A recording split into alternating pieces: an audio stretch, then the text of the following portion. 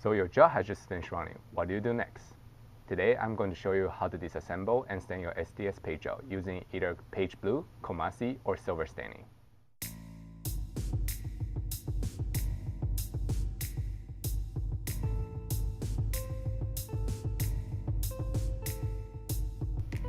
After you have unplugged your electrode, remove the lid. Take out the inside chamber and carefully pour out the buffer.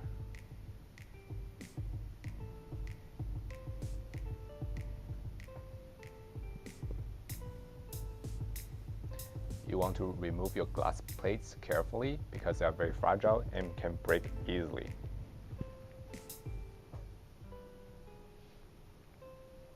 Today I'm going to show you how to stain your gel using page blue.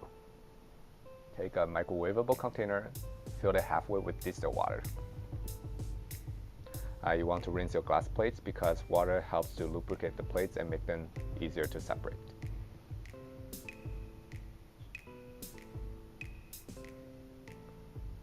You can remove the stacking gel from here. It's up to you, but I always remove my stacking gel.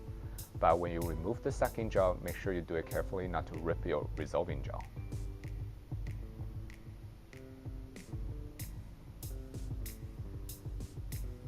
Now you put the plates upside down.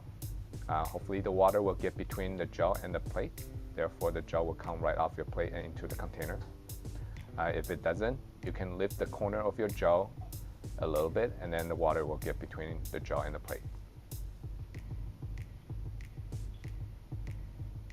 So you want to wash your gel a few times with distilled water. Make sure you put the water in gently so it doesn't break the gel.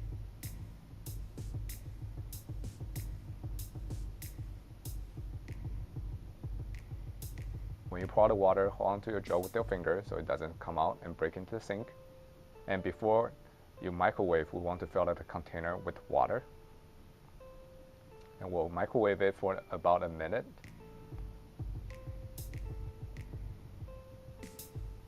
And we'll let it shake on the shaker for 5 minutes.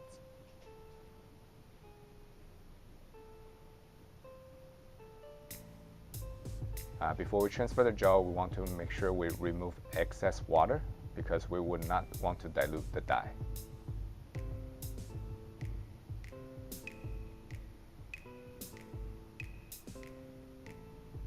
And then we'll microwave this for about 30 seconds. By heating it up again, this helps the dye to be absorbed into the gel. And then we'll let it shake on the shaker for about 10 minutes. You can shake it longer if your dye is not as fresh. And after the 10 minutes, we'll remove the gel from the dye. And again, we want to remove excess dye.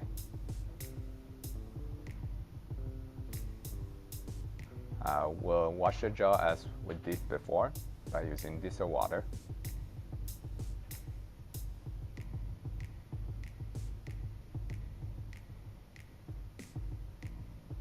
So during the destaining process, you can change your water several times, or you can use the king wipe trick. Put in 2 pieces of king wipes. What king wipe does is that it's going to absorb the excess dye in the solution, which will speed up the destaining process.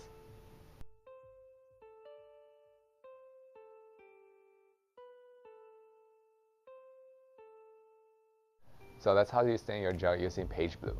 Now I'm going to tell you how to stain your gel using Komasi.